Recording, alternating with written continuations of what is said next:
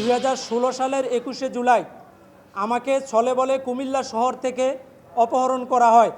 M A জাহের এবং আবু তৈয়ব ওপির এর গংদের নেতৃত্বে আমাকে কুমিল্লা শহর রেল স্টেশন এলাকা থেকে অপহরণ করে ওপির পশ্চিম বাগিচাগাঁও কুমিল্লা শহরে ওই বাসায় নিয়ে নির্যাতন করে।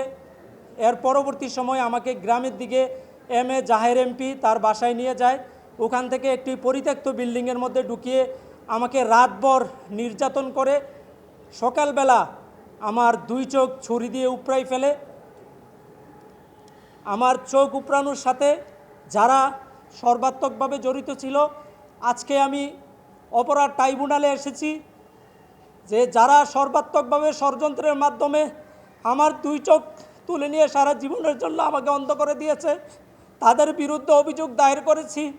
আজকের এই দিনটি আমার জীবনে আসবে আমি কখনো কল্পনা করি নাই। আজকে এই বাংলাদেশে আমি মুক্ত বাতাসে নিঃশ্বাস ফেলে আমার বিরুদ্ধে যারা ষড়যন্ত্র করেছিল, আমাকে অন্ধ করে দিয়েছিল, তাদের বিরুদ্ধে আমি বুক ফুলিয়ে আপনাদের সামনে এসে অভিযোগ করতে পারবো, আদালতের সামনে এসে অভিযোগ করতে পারবো। এই ধরনের সাহস আমার তৈরি হবে আমি কখনো কল্পনাও করি নাই। এই বাংলাদেশ ফেসিবাদ মুক্ত হওয়ার পরে আমি আমার পরিবারের সহযোগিতায়, আমি যে দল করি জাতীয়তাবাদী ছাত্র দলের সহযোগিতায় আমি আজকে আপনাদের সামনে এসেছি।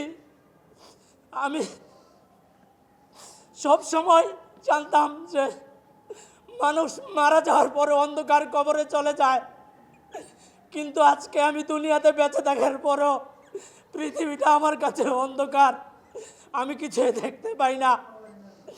এই আমার না দেখার জন্য যারা দায়ী, আমি দেশবাসী, আমার প্রিয় দল জাতীয়তাবাদী দল বিএনপি, আপনারা যারা গণমাধ্যম কর্মী এবং দেশবাসীর কাছে আমি আমার সুষ্ঠু বিচার যেন পাই, আমি সকলের সহযোগিতা কামনা করি।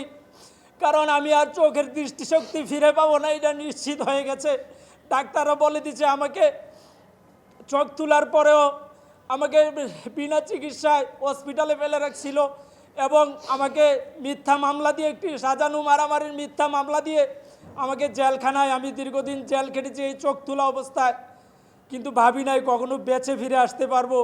তো আমি সকলের কাছে আকুল আবেদন, আপনারা চাইলে আমার দৃষ্টিশক্তিকে ফিরিয়ে দিতে পারবেন না, কিন্তু আপনারা চাইলে আমার এই চোখ উপড়ে ফেলার ঘটনার সাথে যারা জড়িত তাদেরকে বিচারের কাঠগড়ায় দাঁড় করাতে পারবেন এবং সুষ্ঠু বিচারের মাধ্যমে তাদেরকে এমন শাস্তি প্রদান করবেন। বিগত সময়ে এই বাংলাদেশের মাটিতে যারা বিভিন্নভাবে নির্যাতিত নিপীড়িত হয়েছে, আমার মতো অন্ধ হয়েছে, পঙ্গুত্ব বরণ করেছে, সকলের বিচার যেন এই বাংলাদেশের মাটিতে বাস্তবায়িত হয়। আমি আপনাদের কাছে সেই সহযোগিতা কামনা করছি।